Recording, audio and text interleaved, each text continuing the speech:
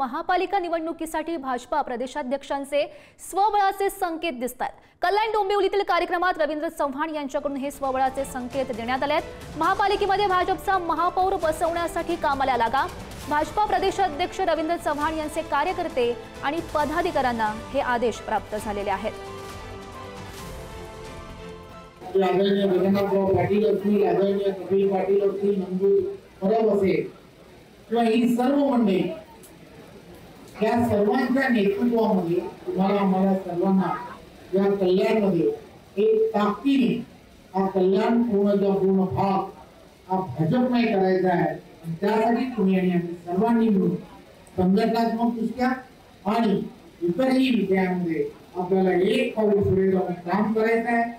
आपण पुन्हा एकदा त्या दिशेने जाऊन काम करूया।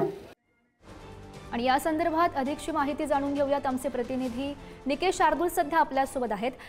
निकेश, आपण बघतोय महापालिका निवडणुकीसाठी आता भाजपा प्रदेशाध्यक्षांचे स्वबळाचे संकेत बघायला मिळतात। अधिकच्या अपडेट्स या संदर्भातल्या?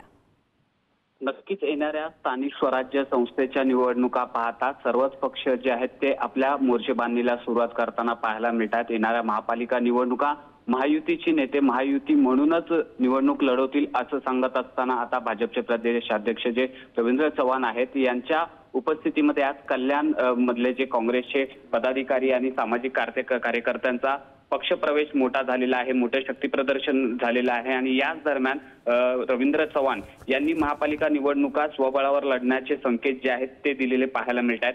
कल्याण डोंबिवलीला लागलेला विकासाचं ग्रहण दूर करायचं असेल तर भारतीय जनता पार्टीचा महापौर येणं अत्यंत गरजेचं आहे। कल्याण डोंबिवली भाजपमय करायची आहे, यासाठी सगळ्यांनी जोमाने कामाला लागा अशा सूचना ज्या आहेत त्या रवींद्र चव्हाण यांनी कार्यकर्ते आणि पदाधिकाऱ्यांना दिलेल्या पाहायला मिळतात। त्यामुळे येणाऱ्या महापालिका निवडणुकीमध्ये कल्याण डोंबिवली साठी भाजप ही स्वतंत्र लढते का हे पाहणं महत्त्वाचं असणार आहे। नक्कीच निकेश, धन्यवाद दिलेल्या या सविस्तर माहितीसाठी।